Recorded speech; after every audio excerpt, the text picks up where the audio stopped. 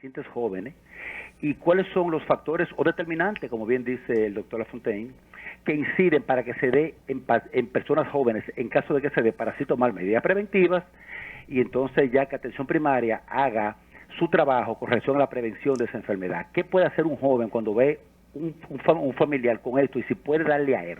Lo escucho en el aire, señores. Gracias por tu pregunta, Albert. Adelante, doctor. Bien, fíjate, la insuficiencia cardíaca obviamente que es mucho más frecuente en personas de edad. Hoy la estamos detectando más temprano por este concepto de la insuficiencia cardíaca, por un trastorno de relajación de los ventrículos, o del ventrículo izquierdo principalmente, que es lo más frecuente. En niños nosotros podemos encontrar menos porque los niños más bien son aquellos niños que pueden venir con alguna malformación congénita, con algún trastorno, como defectos de los tabiques que separan las cavidades, o enfermedades más graves como una estenosis aórtica severa o con un ventrículo único, etc. Es decir, cualquier tipo de cardiopatía congénita, que no es lo que más frecuente vemos, porque son poco frecuentes, sobre todo en nuestro medio, no es lo que, aunque hay muchos casos obviamente, pero en cardiología de adultos lo que sí la vemos más por el asunto de hipertensión arterial, hay que recordar. Y en el joven, las valvulopatías por valvulopatía reumática o las mismas valvulopatías que son congénitas que se van agravando. Entonces, hay factores también no solamente determinantes, como lo es la hipertensión arterial. Es raro ver esto en el joven, más bien podemos ver miocardiopatías dilatadas, que pueden tener un origen genético o congénito, o miocardiopatías que son consecuencia de una miocarditis, como ocurrió, por ejemplo, en el caso del COVID, que producía miocarditis o que produce miocarditis, que entonces terminan con el corazón dilatado. Y muchas veces pasan muchos años antes de comenzar a tener síntomas y sin embargo tienen deterioro. Por eso ahora vemos nosotros que muchos pacientes que han tenido COVID, sobre todo aquellos pacientes que están más educados, que leen más, que van a evaluarse para ver si su corazón quedó dañado con el COVID. Y hemos encontrado casos, sí, inclusive de pacientes asintomáticos. Entonces, lo mismo pasa con la hipertensión, que muchas veces, nos conformamos con que el paciente esté controlado, pero no necesariamente estar controlado quiere decir, o que tenga la presión normal ese día, es que el paciente esté normal. Entonces hay que hacer evaluaciones complementarias. De tal manera que la insuficiencia cardíaca, para ya complementar, es la causa más frecuente de hospitalización. ¿En quiénes? En los individuos de más de 65 años. En la población infantil, obviamente, ya en nuestros hospitales infantiles o donde hay departamentos de cardiología infantil, uno puede ver con un poco más de frecuente estas situaciones, pero no es lo más común que vemos ni siquiera en pediatría. Pero son por cardiopatías congénitas. Y en el joven ya, adolescente o adulto joven, entra el caso de las valvulopatías, las miocardiopatías de diferentes tipos, por alcohol, por COVID, por HIV, por muchísimos trastornos. Por eso es una condición que vemos más en pacientes de más edad, obviamente, que son lo que vemos hoy día en la cardiología de adultos, porque antes veíamos más cuando la cardiología general, cuando no había cardiólogos pediatras, pero ya esta especialidad está muy bien situada en el país, con muy buenos cardiólogos pediatras que ven cantidad de niños, sí, que van por un soplo o por cualquier anomalía o cualquier trastorno para hacerle un diagnóstico. Bien, vamos a seguir escuchando a la gente, doctor. Buenos días, Cátedra Médica. Gracias, muy buenos días. Felicitar al doctor por ser tan buen expositor y profesional. En un eco me salió un ventrículo izquierdo remodelado. El cardiólogo me dio alguna explicación que había tenido un evento, pero no me dio mayores detalles. ¿Podría avanzarme algo, explicarme algo sobre eso? Sí, yo quiero complementar lo de hace un rato con respecto a lo de factores determinantes. Eso no quiere decir que una persona joven que no se haya tratado adecuadamente, que tenga una hipertensión arterial secundaria, termine en fallo cardíaco, en insuficiencia cardíaca. Entonces eso también es importante, pero no es lo común, eso es poco frecuente. Bien, con respecto del remodelado, lo que significa que ha habido un cambio. Generalmente es porque el remodelado en cardiología y en corazón es contrario a la remodelación que usted hace de una casa, que es buena. El remodelado a nivel del corazón es un efecto negativo que puede ser una fase incipiente que va hacia el trastorno de relajación, porque muchas veces lo que tú ves es que, por ejemplo, el septum se ha engrosado un poquito, pero la pared posterior está normal, o al revés, es la pared posterior la que está ligeramente engrosada, o hay diferencias importantes entre ambos grosores de esas paredes del corazón. Eso es muy frecuente en el paciente hipertenso, en el paciente con enfermedad coronaria, y obviamente eso debe hacer partir al médico hoy día a un manejo más agresivo, más preciso. Hoy tenemos algunas drogas que podemos utilizar mucho más temprano para evitar el progreso de ese trastorno. Inclusive drogas que no entraron para el manejo de enfermedad cardiovascular y que en estos momentos se están usando para este tipo de condición. Y un manejo mucho mejor del paciente hipertenso con nuevas drogas también que permiten evitar que ese remodelado continúe o al contrario, que pudiera regresar y mejorar y aumentar no solamente su calidad de vida, sino su supervivencia. Por eso, la ecocardiografía se ha convertido en un elemento sumamente importante en la evaluación del paciente, porque nosotros podemos ver trastorno de relajación incipiente. Ese es el primer trastorno que ocurre cuando usted tiene trastorno de relajación, y eso se puede medir, claro, a través de una medida muy sencilla que es con el flujo precisamente que va de la aurícula izquierda al ventrículo izquierdo. Tú ves que normalmente el flujo entra por gradiente con fuerza y al final viene la contracción auricular y eso produce una especie como de una M, solo que el pico final de la M es más bajo porque con la contracción auricular es más baja la cantidad de volumen y de presión.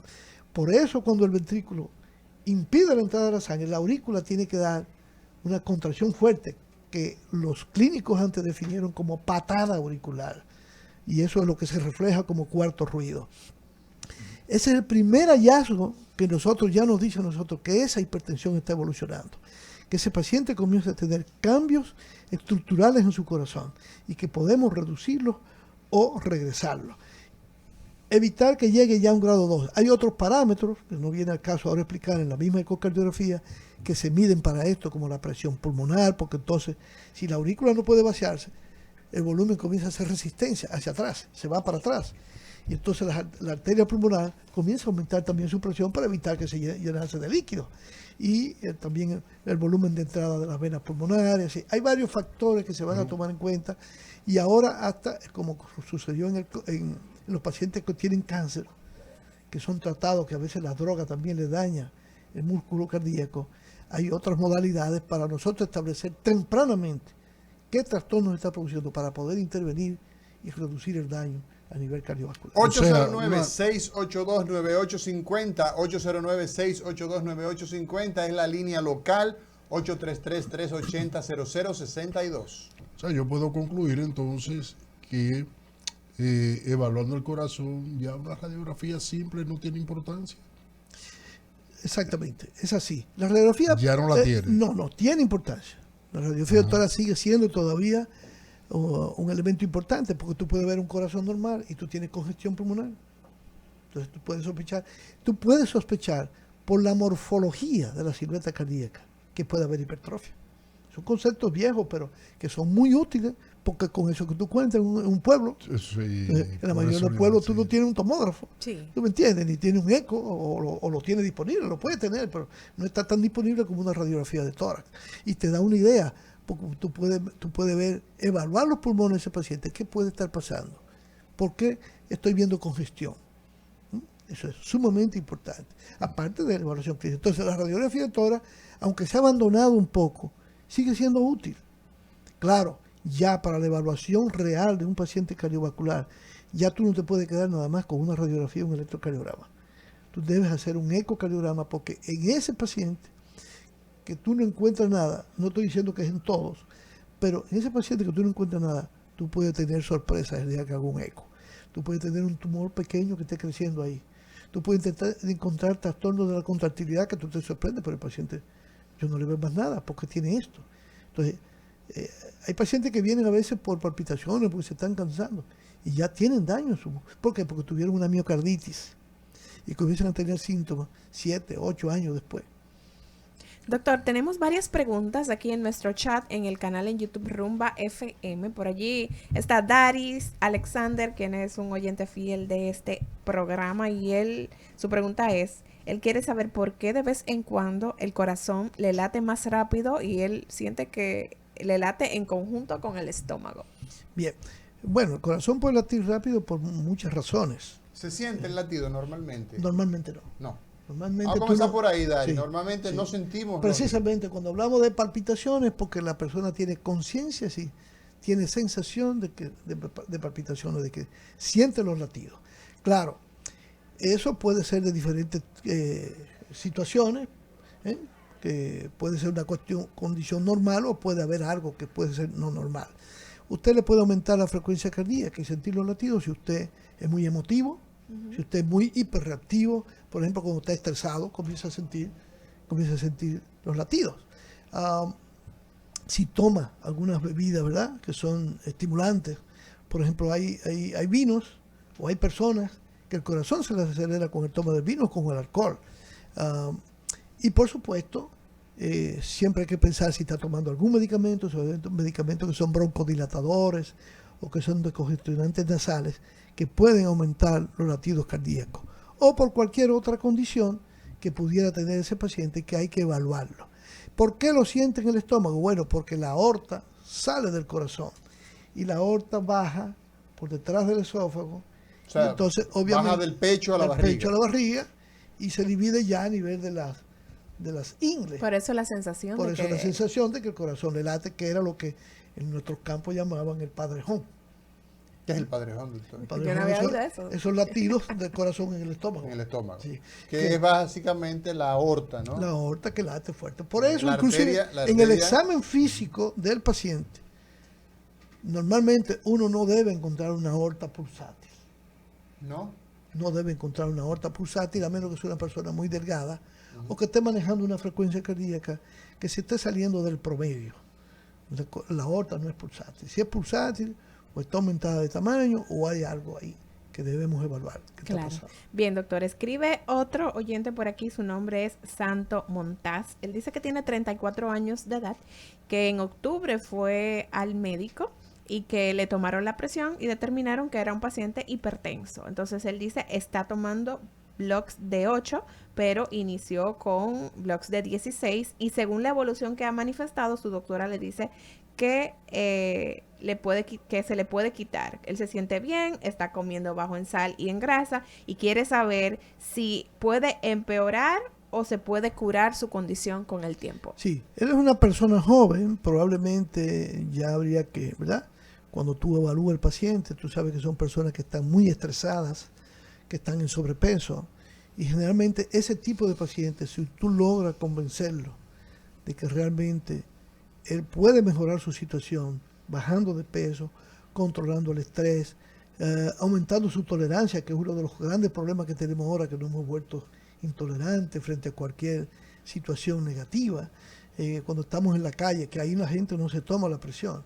Cuando la gente se incomoda y comienza a tocarle bocina, está volando, pero no lo sabe.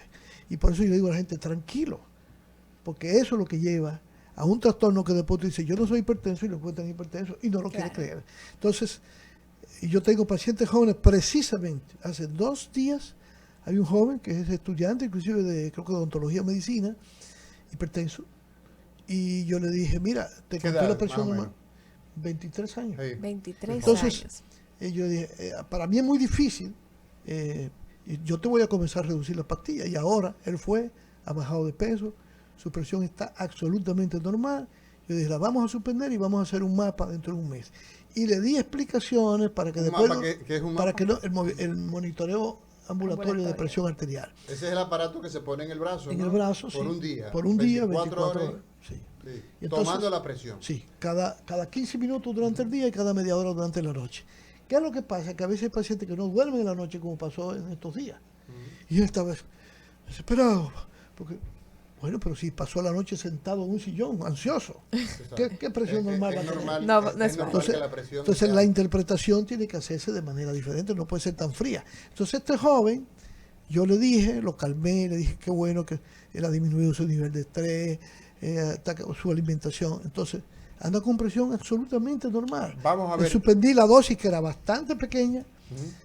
Ya se la había puesto otro médico y yo la fui bajando. Entonces, le recomendé hacerse un monitoreo ambulatorio en 24 horas y que él se tomara de todas maneras su presión Vamos. durante una semana, mañana y tarde, 3 tomas, y me guarde ese récord a ver qué pasa. Vamos a escuchar a la gente.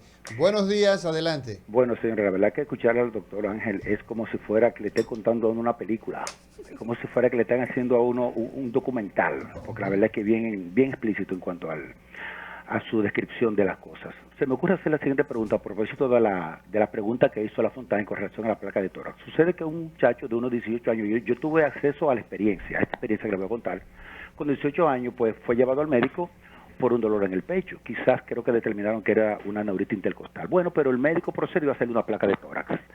En la placa de tórax, él encuentra que el corazón está más grande de lo normal, o sea, el índice torácico está por encima de lo normal. Y le dice a los familiares que tiene el corazón grande, un muchacho de 18 años. Ellos se alarman y buscan entonces una segunda información ya con un cardiólogo, porque creo que fue que el médico que lo ve fue un médico internista o un médico general. El cardiólogo, la primera pregunta que le hizo fue cuando vio la placa. Atleta. ¿Es atleta? Exactamente. Quisiera que abundara en eso para que las personas sepan más o menos lo que hay, doctor. Un abrazo. Gracias. Okay. Sí, eso es cierto. Tú sabes, y también hay que evaluar la radiografía de tórax si está bien hecha. Que en eso hay que tener mucho cuidado. Existe el corazón de atleta, ya de eso hablamos en una ocasión. Sí. Que el corazón se hipertrofia, que es algo que es reversible, que puede regresar. La mayoría de esos atletas súper entrenados, el grosor de la pared de su ventrículo izquierdo generalmente es un poco mayor. Y hay que tener cuidado porque se puede producir un exceso, eso sí, ya son la gente que son súper entrenadas y eso puede llevar a un deterioro de la función cardíaca. De todas maneras, la radiografía de tórax es muy importante que se evalúe adecuadamente si está hecha como debe ser. Y si no está hecha, usted le hace la aclaración al paciente. Y la radiografía de tórax, aunque es de ayuda, el elemento ideal para nosotros, el más sencillo, es el ecocardiograma, porque puede ser la diferencia entre una cosa y la otra, y es que va a demostrar si existe o no tal situación. Hay que tener mucho cuidado con lo que interpretamos, con lo que hacemos. Recientemente vi un joven de 22 años que se pasa la noche metido en Google, es muy nervioso, sumamente nervioso, le sudan mucho las manos, está súper obeso y le encuentran la presión alta, le mandan a hacer un eco, el eco no es de buena calidad y además le ponen al final de los hallazgos, tiene trastorno de relajación, pero es porque está gordo, tiene grasa alrededor del corazón, tiene grasa epicárdica. Y eso sí puede repercutir en el futuro en ese paciente. Entonces, le pusieron que tenía una insuficiencia cardíaca grado 1. Obviamente, ni la mamá ni el muchacho duermen. Claro. Vienen a verme, yo lo tranquilizo. Digo, tú tienes que bajar de peso, tienes que bajarme 30 libras, tienes que comenzar a dormir. Deja el relajo ese de estar acostado a las 2 a las 3 de la mañana. Reduce el consumo. Claro, los amaquillos. Pero riéndome. Pero No, riéndome, eso fue disfrutándolo todo. Yo te voy a contar la parte final. El asunto es que yo digo, tiene que repetirse ese eco. No me gusta. Yo no, las imágenes, los cortes no son adecuados. Vete a tal lugar con este médico para que te lo haga. Exactamente. Corazón estructuralmente normal. Vino con la presión prácticamente controlada. Comencé a desmontar el antihipertensivo, pero tiene que bajarme de peso. La gran satisfacción familiar, porque ya están durmiendo todos, no hay problema, y la mamá, ya tú sabes, se desbordó. Bueno, doctor, después que usted me dijo eso a mí, yo soy otra gente. Entonces, esa es parte de nuestra labor. No llevarnos simplemente lo que aparezca en una imagen, sin estar claramente de lo que usted está observando y evaluando. Y yo se los digo porque mi experiencia en ese sentido, no solamente con radiografía, con eco, con tomografía, con resonancia, es de cosas que a veces son calificadas como normales y no son normales. Y otras que son anormales y son normales, como pasó con una jovencita de 17 años que iba a la universidad, que iba a dejar eso. ¿Por qué? porque tenía 2 resonancias y una tomografía, las 3 con diagnósticos diferentes. Y cuando yo la vi, con el interrogatorio, usted lo que tiene es una sinusitis. Entonces cuando le mostré, mira, ahora yo no soy el experto en eso, vamos a mandar a estos radiólogos que están en la clínica para que él vea y que me mande una notita de lo que él observa ahí. Exactamente. Pues la niña se curó. Por eso es importante que usted siempre vaya donde un profesional que le pueda dar un diagnóstico certero de qué es lo que le pasa. Y ese es el doctor Ángel González Medina. Usted lo encuentra en su consulta privada en el Centro de Medicina Avanzada Dr. Abel González de la avenida Abraham Lincoln. Allí usted puede comunicarse al 809-541-0455 y al 829-642-4473. Doctor. Hay un elemento importante, Lizania, que Sí. no quiero dejar escapar cuando Sí. a Mauri hacía la pregunta sobre los nuevos conceptos y sobre la fracción de eyección. Fíjate que hay que tener cuidado, por eso yo dije de la insuficiencia mitral y aórtica, porque cuando esos pacientes tienen fracción de eyección hipernormal, es decir, por encima de lo normal. Y cualquiera diría, no, yo estoy demasiado bien. No solamente eso, sino que cuando comienza a bajar un poco y se pone en 60, por ejemplo, un paciente que le baja la fracción de eyección a 60, ya eso implica que puede haber problemas. Porque ese paciente dejó de ser como él era. Tenía una fracción de eyección en 70 o en 80, porque bota sangre por 2 lados, Exacto. tira sangre por 2 lados. Entonces, ahora tenemos la llamada insuficiencia cardíaca, que es el nuevo concepto, con fracción de eyección preservada, que ese es el que tiene trastorno de relajación, e insuficiencia cardíaca con fracción de eyección reducida.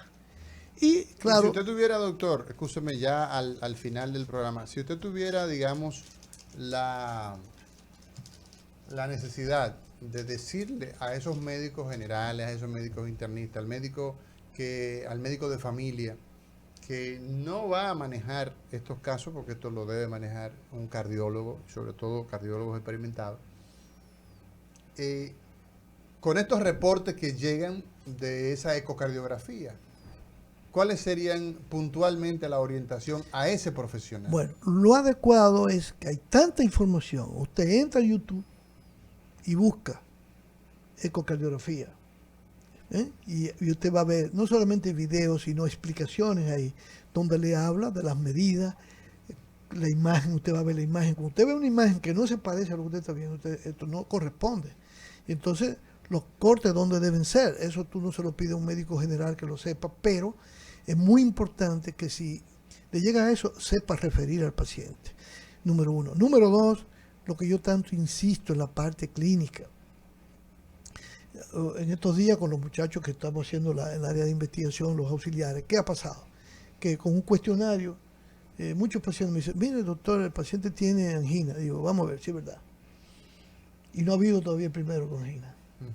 Porque esa es cosa tan sencilla en interrogatorio. La angina es un diagnóstico clínico. No hay que ir a ningún lado.